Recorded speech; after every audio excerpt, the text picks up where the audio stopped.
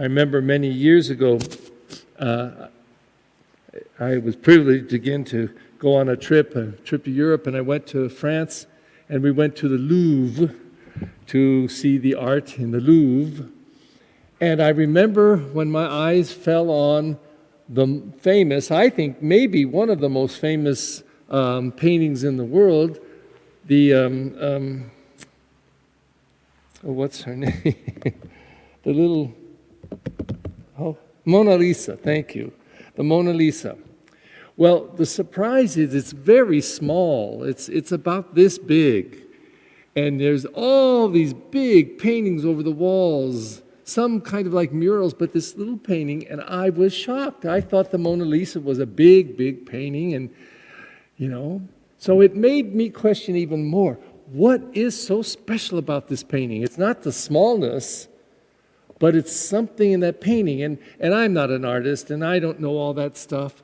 So I've read and listened to stuff. It doesn't even come to mind right now.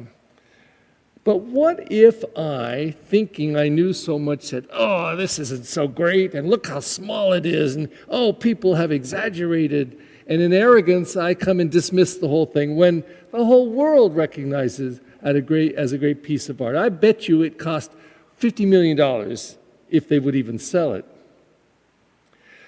In that same spirit, I hear in these scriptures, beware of the arrogance of mind and heart and soul when we don't notice the things that we should really notice. And the scriptures always hold up the poor, saying the poor get it. And probably they get it not just because they're poor, but because in their poverty they have so much need, and they know they do. Poor people that are really poor, they need to sometimes stand in line for food. Poor people that are really poor often don't have access to health care and other things, and they're often quite desperate. They'll go to any clinic, anywhere where they can get the help they need. And poor people who are really poor, I think spiritually, have a greater tendency to trust in God, because what else have they got? They don't have the material possessions. They don't have the human links to get what they need. So they cry out to God, God, help me. God, be there for me. Show me, help me, support me. And the scripture says God hears the cry of the poor. And what I think that means is that literally there is a connection that happens between the poor and God and the poor, that they are open to God, and God is loving everybody all the time, I believe, equally, constantly. But not everybody's open to that love. So Jesus takes it a step further and reveals that arrogance that prevents people from getting and seeing and receiving. And he tells in this parable of the two boys, the father says to one, go out in the field and work. No, I don't want to go. He's like a little spoiled brat. But he also apparently is someone who he blurts out what he thinks right away, but he thinks about it, and then he does what he knows he should do. So that he's really faithful deep down, but on the surface, he's a brash little kid.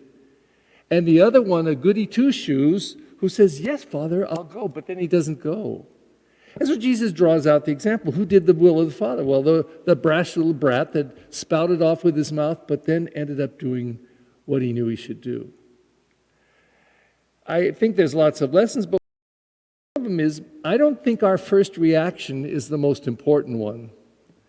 I think it's what we do after we do some reflecting. And, people come to confess their sins, and I always tell them, I say, I don't think what you did was the most important. I think it's what you did after what you did. So if you blew up at somebody and called them names, or you insulted them, or you hurt their feelings, that's not good. But what did you do after you were aware that you did that?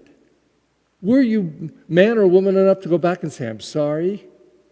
Were you willing to make recompense in some form? Were you willing to at least say a blessing or prayer for them? Were you willing to say to God, I blew it again, God, my big mouth, I'm so sorry, help me learn? It's what you do afterward. It's like if you spill some food all over the floor, I guess you could say, well, you're clumsy, okay? But what did you do afterwards? Did you walk away and leave it there? Did you blame the bowl? Did you say it's somebody else's fault? Or did you clean it up? So today I hear in this a call to empty our spirit a little bit, especially of our arrogance, our pride, and just be a little more humble before God, you know. But most of all, too, to be willing to check out not only our first response, but the response that follows our first response. What did we do after we did or did not do something that we should have done? Are we the first son or the second son? And no matter which we are we willing to do whatever it takes to grow and change and to become the best that we are called to be? Please stand.